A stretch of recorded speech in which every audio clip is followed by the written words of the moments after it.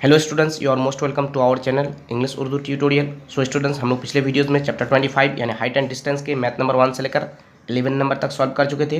तो इस वीडियो में हम लोग 12 नंबर से सॉल्व करना स्टार्ट करेंगे। तो चलिए 12 नंबर मैथ को पढ़ते हैं। I am flying a kite having the length of thread 250 metres when the thread makes an angle 60 degree with the horizontal line and when the thread makes an angle of 45 degree with the horizontal line. Let us write by calculating in each case what is the height of kite from me. Let us find in which of the two cases will the kite be at a greater height from the other. तो बोलता है कि मैं एक kite उड़ा रहा हूँ, मतलब जो भी इस मैथ को पढ़ेगा वही क्या कर रहे हैं, वही एक काइट उड़ा रहे हैं। ठीक है, तो बोलता है कि मैं एक काइट उड़ा रहा हूँ और मैं जिस काइट को उड़ा रहा हूँ उस काइट में जो थ्रीड है उस थ्रीड की लंबाई कितनी है, 250 मीटर्स। ठीक है, तो काइट की थ्रीड फर्स्ट केस में, मतलब काइट की थ्रीड पहली बार हॉरिजॉन्टल लाइन से 60 डिग्री का एंगल बनाता है और काइट की थ्रीड दूसरी बार यानी सेकंड केस में हॉरिजॉन्टल लाइन से 45 डिग्री का एंगल बनाता है। ठीक है, एक बार काइट की थ्रीड हॉरिजॉन्टल लाइन से 60 डिग्री का एंगल बनाता है और दूसरी बार काइट की थ्रीड हॉरिजॉन्टल लाइन से 45 डिग्री का एंगल बनाता है। तो हम लोग को ये निकालना है कि काइट की हाइट मुझसे, यहाँ पे क्या है, फ्रॉम में, मुझसे कितनी होगी जब 60 डिग्री का एंगल बनाता है काइट की थ्रीड हॉरिजॉन्टल लाइन से। तो काइट की हाइट मुझसे कितनी होगी, तो देखिए मैथ में मेरी हाइट मेंशन किया हुआ नहीं है, तो मेरी हाइट क्या हो जाएगी, नेग्लिजिबल। ठीक है, तो हम लोग को ये निकालना है कि काइट की हाइट जब काइट की थ्रीड हॉरिजॉन्टल लाइन से 60 डिग्री का एंगल बनाता है तो काइट की हाइट ग्राउंड से हम लोगों को निकालना है, ग्राउंड से कितनी होगी। ठीक है, मतलब काइट की थ्रीड जब 60 डिग्री का एंगल बनाता है तो काइट की हाइट ग्राउंड से कितनी होगी वो निकालना है, और काइट की थ्रीड जब हॉरिजॉन्टल लाइन से 45 डिग्री का एंगल बनाता है तो काइट की हाइट ग्राउंड से कितनी होगी ये निकालना है। ठीक है, तो हम लोग को काइट की हाइट 60 डिग्री के केस में निकालना है और 45 डिग्री के केस में निकालना है, और हम लोग को ये भी निकालना है कि काइट की हाइट किस केस में, यानी 60 डिग्री के केस में या 40 डिग्री के केस में, यानी कि फर्स्ट केस में या सेकंड केस में काइट की हाइट ज़मीन से, ग्राउंड से ज़्यादा होगी, वो भी निकालना है। ठीक है, मतलब काइट की हाइट 60 डिग्री के केस में ज़्यादा होगी या 45 डिग्री के केस में ज़्यादा होगी, वो भी हम लोग को निकालना है। ठीक है, तो देखिए हम लोग को फिगर इस तरह से ड्रॉ करना है। मान लिए कि ये मैं हूँ और यहाँ से मैं काइट उड़ा रहा हूँ। ठीक है, तो ये है काइट की थ्रीड, ये क्या है, काइट की थ्रीड, और यहाँ पे काइट है। ठीक है, तो काइट की थ्रीड फर्स्ट केस में हॉरिजॉन्टल लाइन से कितना डिग्री का एंगल बनाता है, 60 डिग्री का। तो हम लोग क्या करना है, यहाँ से एक हॉरिजॉन्टल लाइन ड्रॉ कर लेना है। ठीक है, तो ये हो जाएगी क्या, काइट की हाइट। ठीक है, तो काइट की थ्रीड हॉरिजॉन्टल लाइन से कितना डिग्री का एंगल बनाता है फर्स्ट केस में, 60 डिग्री का, तो ये एंगल हो जाएगा 60 डिग्री। ठीक है, और सेकंड केस में काइट की थ्रीड हॉरिजॉन्टल लाइन से कितना डिग्री का एंगल बनाता है, 45 डिग्री का। तो फिर से यहाँ से काइट की थ्रीड को ड्रॉ करेंगे। ठीक है, मान लीजिए अब काइट जो है यहाँ है। ठीक है, अब काइट की थ्रीड हॉरिजॉन्टल लाइन से कितना डिग्री का एंगल बनाता है, 45 डिग्री का। तो हॉरिजॉन्टल लाइन को थोड़ा सा आगे ड्रॉ कर लेंगे। ठीक है, तो ये हो जाएगी काइट की हाइट। फर्स्ट केस में हाइट ये होगी काइट की, सेकंड केस में काइट की हाइट ये होगी। तो अब काइट की थ्रीड हॉरिजॉन्टल लाइन से कितना डिग्री का एंगल बनाता है, 45 डिग्री का, तो ये हो जाएगा एंगल 45 डिग्री। ठीक है, फर्स्ट केस में काइट की थ्रीड हॉरिजॉन्टल लाइन से 60 डिग्री का एंगल बनाता है और सेकंड केस में काइट की थ्रीड हॉरिजॉन्टल लाइन से 45 डिग्री का एंगल बनाता है। ठीक है, और ये है फर्स्ट केस में काइट की हाइट और ये है सेकंड केस में काइट की हाइट। ठीक है, तो मान लिए कि फर्स्ट केस में काइट की हाइट जो है ए बी है और सेकंड केस में काइट की हाइट पी क्यू है। ठीक है, और यहाँ से मैं काइट उड़ा रहा हूँ ना, तो इसका नाम मान लिया कि सी है। ठीक है, तो काइट की थ्रीड की लंबाई कितनी है, 250 मीटर। तो ये काइट की थ्रीड है और ये क्या है, ये भी तो काइट की थ्रीड है, तो ये भी हो जाएगा 250 मीटर। ठीक है, तो हम लोग को क्या करना है, हम लोग को ये निकालना है कि फर्स्ट केस में यानी 60 डिग्री के केस में काइट की हाइट ज़मीन से कितनी है और सेकंड केस में यानी 45 डिग्री के केस में काइट की हाइट ज़मीन से कितनी है, और हम लोग को ये भी निकालना है कि किस केस में काइट की हाइट ज़्यादा है, 60 डिग्री के केस में या 45 डिग्री के केस में। तो जाहिर सी बात है काइट की हाइट 60 डिग्री के केस में ज़्यादा होगी। क्यों, क्योंकि एंगल ऑफ एलिवेशन 60 डिग्री मतलब ज़्यादा है, और 45 डिग्री के केस में काइट की हाइट कम होगी। क्यों, क्योंकि एंगल ऑफ एलिवेशन 45 डिग्री मतलब कम है। तो किसी ऑब्जेक्ट का अगर एंगल ऑफ एलिवेशन ज़्यादा होगा तो उस ऑब्जेक्ट की हाइट ज़्यादा होगी, और अगर किसी ऑब्जेक्ट का एंगल ऑफ एलिवेशन कम होगा यानी छोटा होगा तो उस ऑब्जेक्ट की हाइट कम होगी। तो यहाँ 60 डिग्री के एंगल में काइट की हाइट ज़्यादा होगी। क्यों? क्योंकि एंगल ऑफ एलिवेशन ज़्यादा है। ठीक है, तो देखिए हम लोग लिख सकते हैं हियर, कितना नंबर है? 12 नंबर है, तो 12 नंबर लिखेंगे। Here A C equal to C P. A C equal to क्या? C P. क्यों? क्योंकि दोनों क्या है? लेंथ ऑफ थ्रेड है। इक्वल टू लिख सकते हैं लेंथ ऑफ थ्रेड। कितना है length of thread? 250 metres. 250 metres तो 250 मीटर। ठीक है, तो अब हम लोग लिख सकते हैं in triangle A B C. A B C, देखिए हम लोग को दो ट्रायंगल मिला, एक मिला ए बी सी और दूसरा क्या? P Q C. ठीक है, तो हम लोग लिख सकते हैं in triangle A B C. A B C, तो हम लोग के पास हाइपोटेन्यूस है, हम लोग क्या करना है? परपेंडिकुलर निकालना है। तो ये परपेंडिकुलर ही क्या होगी? Height of the kite. ठीक है, तो लिख सकते हैं in triangle A B C perpendicular by hypotenuse क्या होता है? Sine theta. Sine theta equal to क्या होता है? साइन थीटा इक्वल टू होता है परपेंडिकुलर बाय हाइपोटेन्यूस। ठीक है, तो हम लोग लिख सकते हैं साइन एंगल सी कितना डिग्री है? 60 डिग्री। तो sine 60 degree equal to perpendicular क्या है? A B. तो ए बी हाइपोटेन्यूस क्या है? ए सी। तो ए सी। ठीक है, और साइन 60 डिग्री की वैल्यू, साइन 60 डिग्री की वैल्यू √3/2। तो √3/2 इक्वल टू ए बी तो निकालना है, तो ए बी रह जाएगा। ए सी कितना है? 250, तो 250। ठीक है, और तो देखिए हम लोग नीचे नीचे काट सकते हैं। इक्वल टू है 2 1 जा 2, 2 1 जा 2, 2 2 जा 4, 2 5 जा 10, यानी कि 150 मिलेगा। ठीक है, अब क्या करेंगे? हम लोग क्रॉस मल्टीप्लिकेशन करेंगे, तो डायरेक्ट देयरफॉर लिख सकते हैं। देयरफॉर ए बी, तो देखिए ए बी के साथ 1 को गुना करेंगे तो क्या होगा? ए बी होगा। ठीक है, इक्वल टू 125 के साथ √3 को गुना करेंगे तो क्या होगा? 125 √3, मतलब 125 के साथ √3 को गुना करेंगे तो कितना मिलेगा? 125 √3, मतलब क्रॉस मल्टीप्लिकेशन करना है। ए बी के साथ 1 को गुना करेंगे तो ए बी मिलेगा, इक्वल टू 125 के साथ √3 को गुना करेंगे तो 125 √3 मिलेगा। ठीक है, तो ए बी इक्वल टू कितना मिल गया? 125 √3।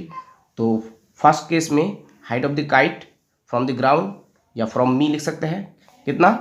125 √3 मीटर। ठीक है, तो अब लिखेंगे now in triangle P Q C.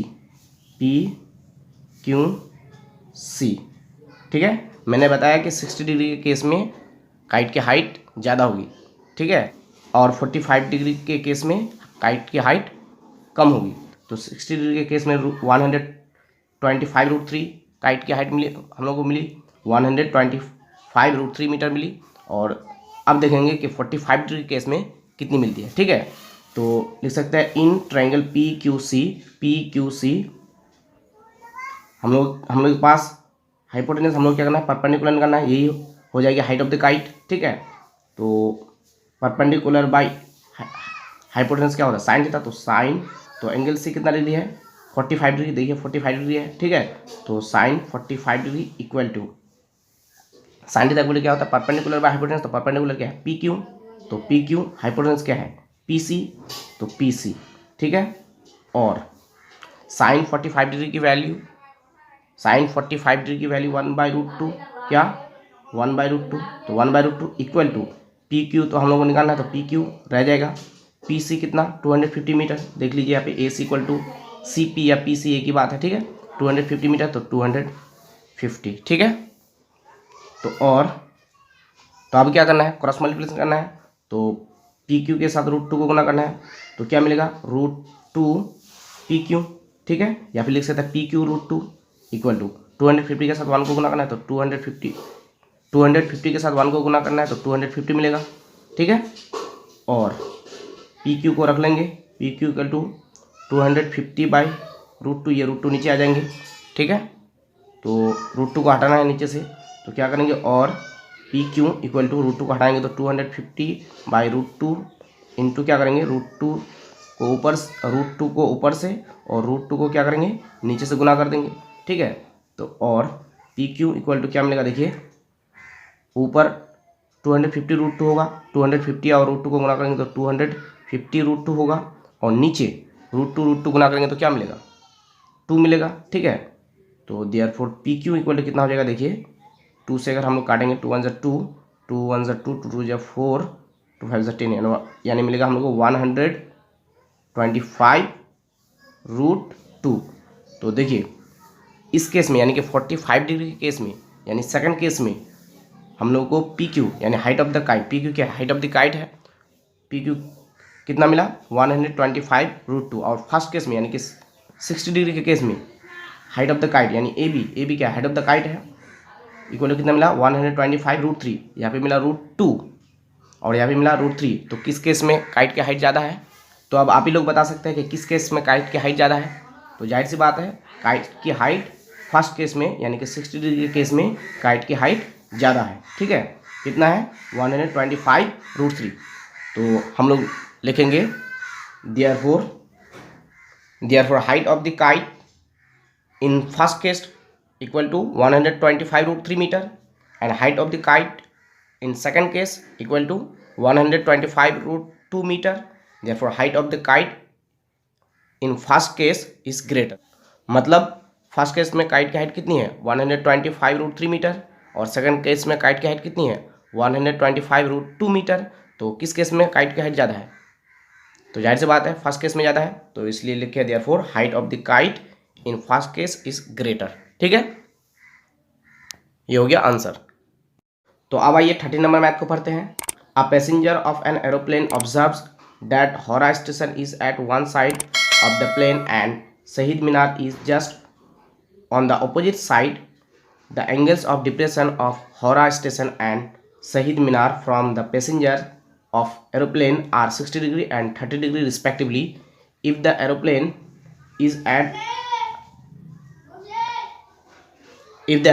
is at a height of 545/√3 meters at that time, let us find the distance between Howrah station and Shaheed Minar. तो देखिए बहुत ही अच्छा क्वेश्चन है, मतलब बहुत ही अच्छा मैथ है। क्या कहता है, देखिए बोल रहा है कि पैसेंजर एरोप्लेन में मतलब क्या कर रहा है, उड़ रहा है, ठीक है। तो मान लीजिए कि ये एरोप्लेन है और यहाँ पे पैसेंजर है। तो ये पैसेंजर क्या करता है, एक बार हौरा स्टेशन को देखता है और एक बार शहीद मीनार को देखता है, ठीक है। तो हौरा स्टेशन और शहीद मीनार क्या है, ऑपोजिट साइड में है। तो मान लीजिए कि ये है हौरा स्टेशन और ये है शहीद मीनार, ठीक है। तो ये पैसेंजर इस एरोप्लेन से क्या करते हैं, हौरा स्टेशन को देखता है, ठीक है। तो हम लोग क्या करेंगे, यहाँ से एक लाइन ऑफ साइट ड्रॉ करेंगे और दूसरी बार क्या करते हैं, शहीद मीनार को देखते हैं। तो यहाँ से हम लोग यहाँ से एक लाइन ऑफ साइट फिर यहाँ ड्रॉ करेंगे, ठीक है। ये हो जाएगी लाइन ऑफ साइट, ठीक है। तो जब हौरा स्टेशन को देखता है पैसेंजर तो कितना डिग्री का एंगल ऑफ डिप्रेशन बनता है, एंगल ऑफ डिप्रेशन बनता है 60 डिग्री का। और जब शहीद मीनार को देखता है तो कितना डिग्री का एंगल ऑफ डिप्रेशन बनता है 30 डिग्री का। तो ये है Howrah station, H for Howrah, ठीक है, और S फॉर शहीद मीनार। तो हौरा स्टेशन को जब देखता है पैसेंजर यहाँ से मतलब एरोप्लेन से, तो कितना डिग्री का एंगल बनता है, मतलब एंगल ऑफ डिप्रेशन बनता है 60 डिग्री का। तो एंगल ऑफ डिप्रेशन कैसे निकालेंगे, तो हम लोग को क्या करना है, यहाँ से एक हॉरिजॉन्टल लाइन ड्रॉ करना है, ठीक है। जहाँ से हम लोग लाइन ऑफ साइट ड्रॉ करेंगे वहीं से क्या करना है, हॉरिजॉन्टल लाइन को ड्रॉ करना है, तब हम लोग को एंगल ऑफ डिप्रेशन मिल जाएगा, ठीक है। तो हम लोग क्या करेंगे, यहाँ से एक हॉरिजॉन्टल लाइन ड्रॉ करेंगे, तो ये हो जाएगी हॉरिजॉन्टल लाइन, ठीक है। तो ये एंगल कितना डिग्री हो जाएगा 60 डिग्री। क्यों, क्योंकि एरोप्लेन से जब हौरा स्टेशन को पैसेंजर देखता है तो कितना डिग्री का एंगल ऑफ डिप्रेशन बनता है 60 डिग्री का, ठीक है। और जब शहीद मीनार को देखता है तो कितना डिग्री का एंगल ऑफ डिप्रेशन बनता है 30 डिग्री का। तो ये एंगल हो जाएगा क्या 30 डिग्री, ठीक है। हॉरिजॉन्टल लाइन से लाइन ऑफ साइट से एंगल बनेगा, ठीक है। तो ये हॉरिजॉन्टल लाइन है और ये लाइन ऑफ साइट है। यहाँ पे भी ये हॉरिजॉन्टल लाइन है और ये क्या है, लाइन ऑफ साइट है, ठीक है। और एरोप्लेन की हाइट जो है, एरोप्लेन की हाइट दे दिए है, तो इस लाइन को हम लोग क्या करेंगे, पहले ड्रॉ कर लेंगे। तो हम लोग हौरा स्टेशन से शहीद मीनार तक एक लाइन को क्या करेंगे, ड्रॉ कर लेंगे, हॉरिजॉन्टल लाइन, ठीक है। तो हम लोग को यही निकालने बोला है कि हौरा स्टेशन से शहीद मीनार तक कितनी डिस्टेंस है, मतलब हौरा स्टेशन से शहीद मीनार तक जो फासला है वो हम लोग को निकालना है, ठीक है। और हम लोग को एरोप्लेन की हाइट जो है दे दी है, कितनी एरोप्लेन की हाइट है, मतलब एरोप्लेन ग्राउंड से कितनी ऊंचाई पे है वो हम लोग को दे दी है। कितनी है हाइट, हाइट है 545√3 मीटर। तो ये हो जाएगा 545√3 मीटर, ठीक है। मतलब एरोप्लेन की हाइट ग्राउंड से मैथ में दे दी है, ठीक है। तो ये एरोप्लेन की हाइट हो जाएगी, ठीक है। तो हम लोग इसका नाम रख लेंगे P और इसका नाम रख लेंगे D, ठीक है, PD। तो PD अल्फ़ाबेटिकली नहीं होता है तो हम लोग नाम रख लेते हैं AB, चलिए, ठीक है, AB। तो AB क्या है, हाइट ऑफ दी एरोप्लेन, ठीक है। और HS क्या है, distance between Howrah station and Shaheed Minar, ठीक है। हम लोग इसी को निकालना है कि हौरा स्टेशन से शहीद मीनार तक कितनी डिस्टेंस है, मतलब कितना फासला है, वो निकालना है हम लोग, ठीक है। तो मैंने पिछले वीडियोस में आप लोगों को बताया था कि ऑल्टरनेट एंगल क्या होता है, इक्वल होता है। तो 60 डिग्री ये एंगल और ये एंगल क्या है, ऑल्टरनेट एंगल है। तो ये एंगल भी कितना डिग्री का होगा, 60 डिग्री का होगा, क्योंकि ये एंगल 60 डिग्री है तो ये एंगल भी कितना डिग्री का हो जाएगा, 60 डिग्री का होगा। क्यों, क्योंकि ऑल्टरनेट एंगल क्या होता है, इक्वल होता है, ठीक है। तो ये एंगल 30 डिग्री है तो ये एंगल भी कितना डिग्री का हुआ, 30 डिग्री का हुआ। क्यों, क्योंकि ऑल्टरनेट एंगल क्या होता है, इक्वल होता है। तो ये एंगल 60 डिग्री है तो ये एंगल भी 60 डिग्री होगा, और ये एंगल 30 डिग्री है तो ये एंगल भी कितना डिग्री का हो जाएगा, 30 डिग्री का हो जाएगा, ठीक है। तो अब हम लोग लिख सकते हैं हियर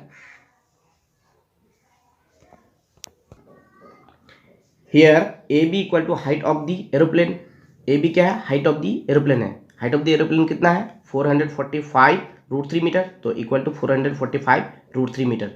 यहाँ पे जगह नहीं है इसलिए मैंने यहाँ पे लिख दिया, ठीक है। ये इसकी लंबाई नहीं है, ये हाइट ऑफ दी एरोप्लेन है। 445√3 मीटर क्या है, हाइट ऑफ दी एरोप्लेन है, ठीक है। तो here AB equal to height of the aeroplane. Height of the aeroplane कितनी है, 445√3 मीटर। तो 445 equal to 445√3 metre. And HS क्या है, HS here not higher secondary. HS equal to distance between Howrah station and Shaheed Minar. HS क्या है, distance between Howrah station and Shaheed Minar, ठीक है। हम लोग को इसी को क्या करना है, निकालना है। तो हम लोग लिख सकते हैं, देखिए, इन ट्रायंगल, देखिए यहाँ पे दो ट्रायंगल है, एक है ABH और एक क्या है, ABS। तो देखिए हम लोगों के पास परपेंडिकुलर है, हम लोगों को क्या करना है, बेस को निकालना है, ठीक है। हम लोगों को पहला ट्रायंगल का भी बेस निकालना है और दूसरा ट्रायंगल का भी बेस निकालना है, ठीक है। मतलब HB निकालना है और BS। तो HB और BS मिलके क्या हो जाएगा, HS हो जाएगा, और ये हो जाएगी distance between Howrah station and Shaheed Minar, ठीक है। तो हम लोग लिख सकते हैं इन ट्रायंगल ABH। तो हम लोग क्या करना है, बेस निकालना है, हम लोग के पास परपेंडिकुलर है, देखिए, ठीक है। तो हम लोग लिख सकते हैं tan थीटा। क्यों, क्योंकि tan थीटा इक्वल क्या होता है, परपेंडिकुलर बाय बेस। तो तो थीटा नहीं लिखेंगे, tan 60 डिग्री लिखेंगे। क्यों, क्योंकि एंगल H कितना डिग्री है, 60 डिग्री। तो लिखेंगे tan 60 degree equal to tan theta equal to क्या होता है, परपेंडिकुलर बाय बेस। तो परपेंडिकुलर क्या है, AB। तो AB बेस क्या है, BH या H भी बोल सकते हैं, तो BH, ठीक है। और tan 60 डिग्री की वैल्यू √3। तो √3 इक्वल टू AB कितना है, 445√3 मीटर। AB 445√3 metre. तो 545 है, 545√3, ठीक है। और BH तो निकालना है, या फिर H भी बोल सकते हैं हम लोग इसको, तो BH रह जाएगा, ठीक है। और क्रॉस मल्टीप्लिकेशन करना है, यहाँ पे नीचे कुछ नहीं तो क्या है, 1 है। तो BH के साथ √3 को गुना करेंगे तो √3 BH मिलेगा, या फिर लिख सकते हैं हम लोग BH √3, ठीक है, इक्वल टू 1 के साथ 545 √3 को गुना करेंगे तो 545 √3 होगा। ठीक है। तो और बी एच इक्वल टू 545√3/√3, ये √3 नीचे आ जाएगा, ठीक है। तो देयरफॉर देखिए √3 कैंसिल हो जाए तो क्या मिलेगा, बी एच इक्वल टू मिलेगा 545, ठीक है। यानी कि यहाँ से यहाँ तक जो डिस्टेंस है कितना है, 545 मीटर है, ठीक है। अब हम लोग क्या करना है, यहाँ से यहाँ तक डिस्टेंस निकालना है, तब हम लोगों को एच एस की डिस्टेंस मिल जाएगी। तो हम लोग लिख सकते हैं now in triangle A B S, ठीक है, ए बी एस, ठीक है। तो हम लोग के पास परपेंडिकुलर, हम लोग क्या करना है, बेस निकालना है। तो हम लोग लिख सकते हैं टेन कितना डिग्री लिखेंगे, 30 डिग्री। क्यों, क्योंकि एंगल एस क्या है, 30 डिग्री है। तो टेन 30 डिग्री इक्वल टू, तो टेन थीटा इक्वल क्या होता है, परपेंडिकुलर बाय बेस। तो परपेंडिकुलर क्या है, ए बी। तो ए बी बेस क्या है, बेस है बी एस, तो बी एस, ठीक है। और 30 डिग्री की वैल्यू 1/√3, तो 1/√3 equal to A B 545√3 metre, तो 545√3 बाई बी एस तो निकालना है, तो बी एस रह जाएगा, ठीक है। और क्रॉस मल्टीप्लिकेशन करना है, तो बी एस के साथ 1 को गुना करेंगे तो क्या मिलेगा, बी एस मिलेगा, ठीक है। और √3 के साथ 545√3 गुना करना है, ठीक है। तो देखिए यहाँ पे भी √3 है, यहाँ पे भी √3 है, तो √3 और √3 को गुना करेंगे तो क्या मिलेगा, 3 मिलेगा। 3 के साथ 545 को गुना करना है, मतलब मल्टीप्लाई करना है, तो 545 3, ये 3 कहाँ से मिला हम लोगों को, √3 और √3 को गुना करने से, ठीक है। तो 3 5 ज़ा 15, 15 का 5 हाथ में आएगा 1, 3 4 ज़ा 12, 12 और 1 13, 13 का 3 हाथ में आएगा 1, ठीक है। 3 5 से 15, 15 और 1 16, यानी कि 1635 मिलेगा। बी एस इक्वल टू कितना हो जाएगा, 1635। तो हम लोग यहाँ पे लिख सकते हैं therefore B S equal to 1635, तो ये हो जाएगा 1635, ठीक है। तो एच एस की अब हम लोग को डिस्टेंस मिल जाएगी, मतलब हावड़ा स्टेशन से शहीद मीनार तक जो फासला है वो हम लोग अब मिल जाएगी। तो हम लोग लिख सकते हैं therefore H S equal to क्या लिखेंगे, एच बी, या फिर लिख सकते हैं बी एच, ठीक है, B H plus B S. H S equal to क्या होगा, B H plus B S, ठीक है। तो इक्वल टू बी एच हम लोग कितना मिला, देखिए बी एच इक्वल टू कितना मिला, 545, तो 545 प्लस बी एस कितना मिला, 1635, तो 1635, ठीक है।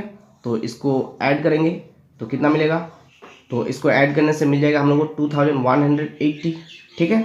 तो एच एस कितना मिल जाएगा, 2180। तो एच एस क्या है, distance between Howrah station and Shaheed Minar, ठीक है। तो अब हम लोग लिख सकते हैं therefore distance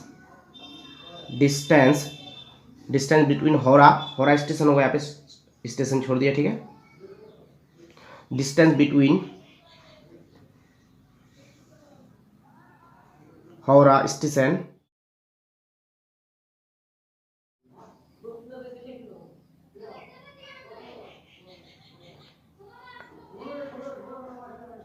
and Shaheed Minar equal to 2180, unit क्या है, मीटर है, तो मीटर। हावड़ा स्टेशन से शहीद मीनार तक जो डिस्टेंस है 2180 मीटर, ठीक है। क्योंकि एच एस क्या है, distance between Howrah station and Shaheed Minar, तो एच एस हम लोग कितना मिल गया, 2180। तो therefore distance between Howrah station and Shaheed Minar equal to 2180 metre. Metre क्यों, क्योंकि यूनिट क्या है, मीटर है, ठीक है। तो ये हो गया आंसर, ठीक है। तो अब आइए 14 नंबर मैथ को पढ़ते हैं। The length of the flag at the roof of 3 storey building is 3.3 metres from any point of road. The angles of elevation of the top and foot of the flag post are 50 degree and 45 degree. Let us write by calculating the height of 3 storey building, let tan 50 degree equal to 1.192। तो हम लोगों को tan 50 degree की value मालूम नहीं है, इसलिए tan 50 degree की वैल्यू लेट में दी है कितनी है 1.192, यानी कि हम लोग को tan 50 डिग्री के जगह हम लोग क्या लिखना है 1.192। ठीक है, हम लोग को tan 30 डिग्री की वैल्यू मालूम है, tan 45 डिग्री की वैल्यू मालूम है, tan 60 डिग्री की वैल्यू मालूम है, लेकिन हम लोग को tan 50 डिग्री की वैल्यू मालूम नहीं है, इसलिए tan 50 डिग्री की वैल्यू दे दी है कितनी है 1.192। ठीक है, तो tan 50 डिग्री के जगह हम लोग को क्या लिखना है 1.192। ठीक है, तो देखिए क्या बोलता है मैथ में बोलता है कि एक 3 स्टोरी बिल्डिंग है, तो मान लीजिए ये क्या है, ये है 3 स्टोरी बिल्डिंग। ठीक है, और इस 3 स्टोरी बिल्डिंग के ऊपर एक क्या है, एक फ्लैग है, तो मान लीजिए ये क्या है, ये फ्लैग है, यहाँ से यहाँ तक 3 स्टोरी बिल्डिंग है। ठीक है, यहाँ से यहाँ तक क्या है, ये 3 स्टोरी बिल्डिंग है, और इस 3 स्टोरी बिल्डिंग के ऊपर क्या है, एक फ्लैग है, तो मान लीजिए ये क्या है, ये है फ्लैग। ठीक है, और इस फ्लैग की लंबाई कितनी है 3.3 मीटर। ठीक है, तो ये हो जाएगा 3.3 मीटर। ठीक है, तो बोलता है कि जब रोड के एक पॉइंट से इस फ्लैग पोस्ट के टॉप को देखते हैं तो एंगल ऑफ एलिवेशन 50 डिग्री बनता है, और उसी पॉइंट से जब इस फ्लैग के फुट को देखते हैं तो एंगल ऑफ एलिवेशन जो बनता है वो बनता है 45 डिग्री। ठीक है, तो मान ली कि रोड के इस पॉइंट से फ्लैग पोस्ट के टॉप को देखते हैं, तो यहाँ से हम लोग क्या करना है, एक लाइन ऑफ साइट ड्रॉ कर लेना है। ठीक है, तो ये हो जाएगी लाइन ऑफ साइट। ठीक है, और यही से हम लोग क्या करना है, एक हॉरिजॉन्टल लाइन ड्रॉ कर लेना है, तो ये हो जाएगी हॉरिजॉन्टल लाइन। तो जब रोड के पॉइंट से फ्लैग पोस्ट के टॉप को देखा जाता है तो कितना डिग्री का एंगल ऑफ एलिवेशन बनता है 50 डिग्री का, तो ये हो जाएगा एंगल 50 डिग्री। ठीक है, और इसी पॉइंट से जब फ्लैग पोस्ट के फुट को देखा जाता है तो एंगल ऑफ एलिवेशन कितना डिग्री का बनता है, एंगल ऑफ एलिवेशन बनता है 45 डिग्री का। ठीक है, तो यहीं से हम लोग को और एक लाइन ऑफ साइट ड्रॉ कर लेना है। ठीक है, तो ये एंगल कितना डिग्री का हो जाएगा, हॉरिजॉन्टल लाइन से ये एंगल हो जाएगा 45 डिग्री। ठीक है, तो हम लोगों को क्या करना है, हम लोगों को 3 स्टोरी बिल्डिंग की हाइट निकालना है। ये क्या है, ये है 3 स्टोरी बिल्डिंग, तो इसकी हम लोग को हाइट निकालना है। ठीक है, तो हम लोग मान लेंगे 3 स्टोरी बिल्डिंग की हाइट को ए बी। ठीक है, ए बी क्या है, height of the 3 storey building, और इसको मान लेंगे सी। ठीक है, ये क्या है, सी है, मतलब सी पॉइंट से देखा जाता है। ठीक है, और इसको मान लेंगे पी, तो पी ए या ए पी क्या है, हाइट ऑफ दी फ्लैग, या बोल सकते हैं length of the flag.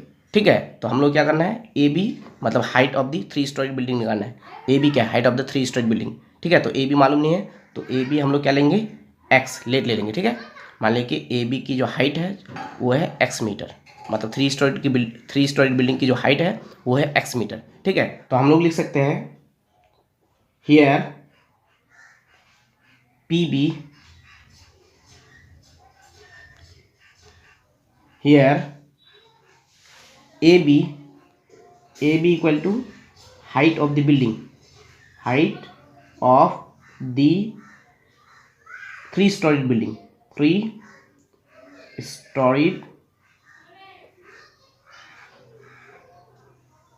building।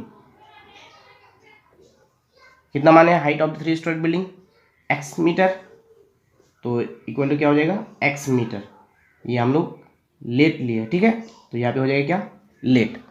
ठीक है, तो हम लोग लिख सकते हैं here A B equal to height of the 3-storied building. A B क्या height of the 3-storied building है, height of the 3-storied building कितनी माने एक्स मीटर, तो इक्वल टू क्या एक्स मीटर। ठीक है, and P A equal to length of the flag. P A क्या है, लेंथ ऑफ द फ्लैग है, तो लेंथ ऑफ द फ्लैग कितनी है 3.3 मीटर, तो 3.3 मीटर। ठीक है, तो देयरफॉर पी बी, तो पी बी इक्वल टू क्या हो जाएगा, देखिए पी बी इक्वल टू हो जाएगा P A plus A B, P A plus A B. ठीक है, तो पी ए कितना है 3.3 मीटर, तो 3.3 मीटर प्लस 3.3 लिखेंगे। ठीक है, ए बी कितना एक्स, तो एक्स, तो पी बी इक्वल टू कितना हो जाएगा 3.3 प्लस एक्स मीटर। ठीक है, तो हम लोग क्या करना है, height of the 3 storied building निकालना है। तो हम लोग लिख सकते हैं इन ट्रायंगल, देखिए यहाँ पे 2 ट्रायंगल है। ठीक है, एक है पी ए सी और एक है ए बी सी। ठीक है, तो in triangle P B C पहले लिखेंगे, in triangle P B C. हम लोग पहले A B, in triangle A B C भी लिख सकते हैं। ठीक है, कोई प्रॉब्लम नहीं। तो in triangle P B C, तो हम लोग क्या करना है, मतलब height of the 3 storey building निकालना है, यानी कि परपेंडिकुलर निकालना है। तो हम लोग लिखेंगे tan थीटा इक्वल क्या होता है, परपेंडिकुलर बाय बेस। तो परपेंडिकुलर क्या होगा, पी बी, मतलब in triangle P B C में परपेंडिकुलर क्या होगा, पी बी। ठीक है, तो tan थीटा के जगह हम लोग क्या लिखेंगे, 50 डिग्री। तो tan 50 डिग्री, क्यों, क्योंकि एंगल सी कितना डिग्री है, 50 डिग्री है। तो tan 50 degree, tan theta equal क्या होता है, परपेंडिकुलर बाय बेस। तो परपेंडिकुलर होगा पी बी, तो पी बी बेस क्या होगा, बी सी, तो बी सी। और tan 50 डिग्री की वैल्यू दे दी है, कितनी है, tan 50 डिग्री की वैल्यू है 1.192। तो यहाँ पे लिखेंगे 1.192 equal to P B equal to देखिए कितना है, 3.3 प्लस एक्स। तो 3.3 प्लस एक्स, ठीक है, बाय बी सी तो दिया हुआ नहीं है, तो बी सी रह जाएगा। ठीक है, और क्या करना है, क्रॉस मल्टीप्लिकेशन करना है। तो यहाँ पे कुछ नहीं, तो इसका मतलब क्या है, 1 है। तो हम लोग क्या करेंगे, बी सी के साथ 1.192 को गुना करेंगे, तो 1.192 बी सी मिलेगा, इक्वल टू क्या मिलेगा, यहाँ पे नीचे कुछ नहीं, तो इसका मतलब 1 है। तो 1 के साथ 3.3 गुना करेंगे तो 3.3 होगा, प्लस एक्स के साथ 1 को गुना करेंगे तो एक्स ही मिलेगा। ठीक है, तो और B C equal to 3.3 plus X, ये 1.192 नीचे आ जाएगा। ठीक है, तो 1.192, तो बी सी इक्वल टू कितना मिल गया, 3.3 प्लस एक्स बाई 1.192। तो इसको मान लेंगे हम लोग इक्वेशन 1। ठीक है, इसको मान लेंगे क्या, इक्वेशन 1। तो अब लिखेंगे, नीचे लिखना चाहिए। ठीक है, तो यहाँ पे लिख लेते हैं, नाउ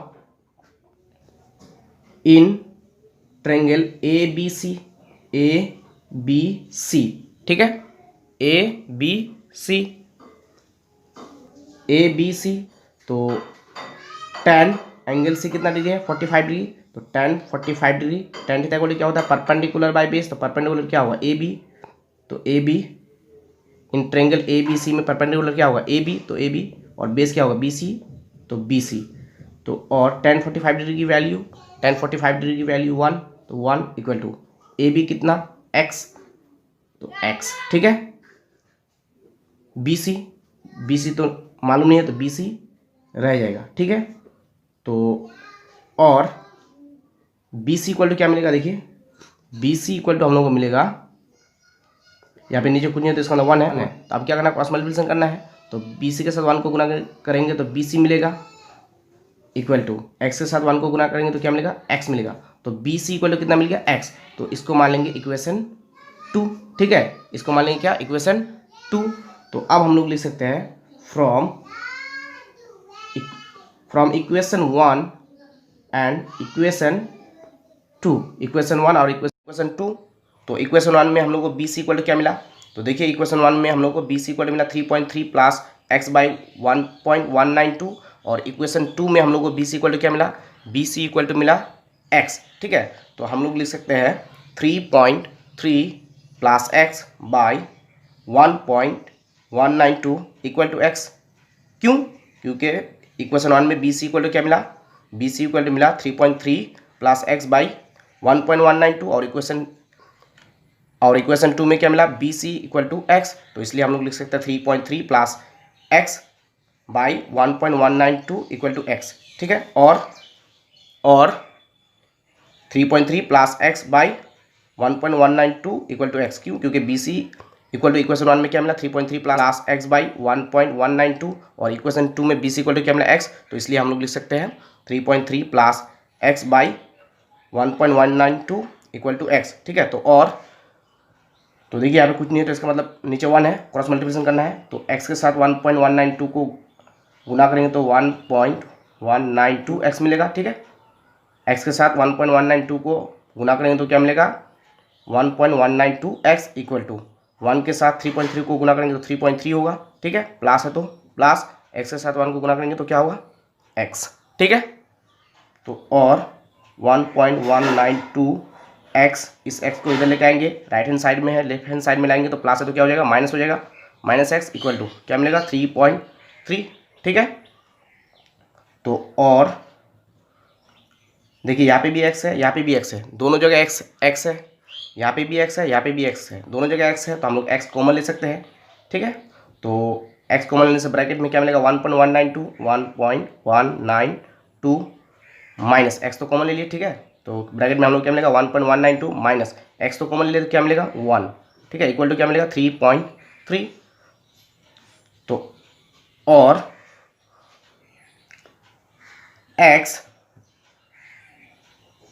1.192 में 1 माइनस हो जाने से कितना मिलेगा, 0.192 मिलेगा। 1.192 में माइनस 1 हो जाने से कितना मिलेगा, 0.192 इक्वल टू क्या है, 3.3। तो और x इंटू 0.192 कितना हो जाएगा, यानी कि 0.192x हो जाएगा, इक्वल टू क्या हो जाएगा, 3.3। ठीक है, तो और x को अगर रख लेंगे तो इक्वल टू क्या मिलेगा, 3.3 बाई ये 0.192 नीचे आ जाएगा 3.3 के। ठीक है, 0.192 3.3 के नीचे आ जाएगा तो 0.192।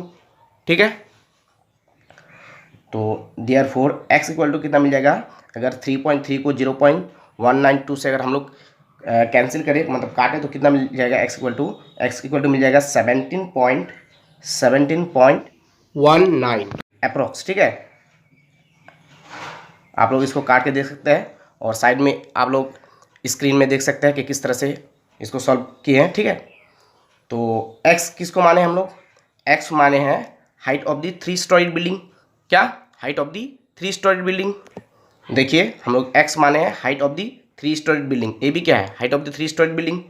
देखिए x माने हैं, तो therefore height of the 3 storied building, therefore height of the 3 storied building equal to 17.19 metre approx में आंसर होगा।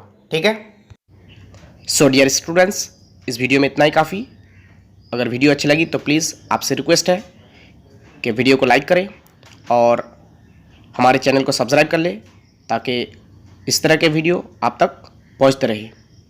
और हाँ, मैथ नंबर 13 जो कि हौरा स्टेशन और शहीद मीनार है, वो बहुत ही इम्पॉर्टेंट है।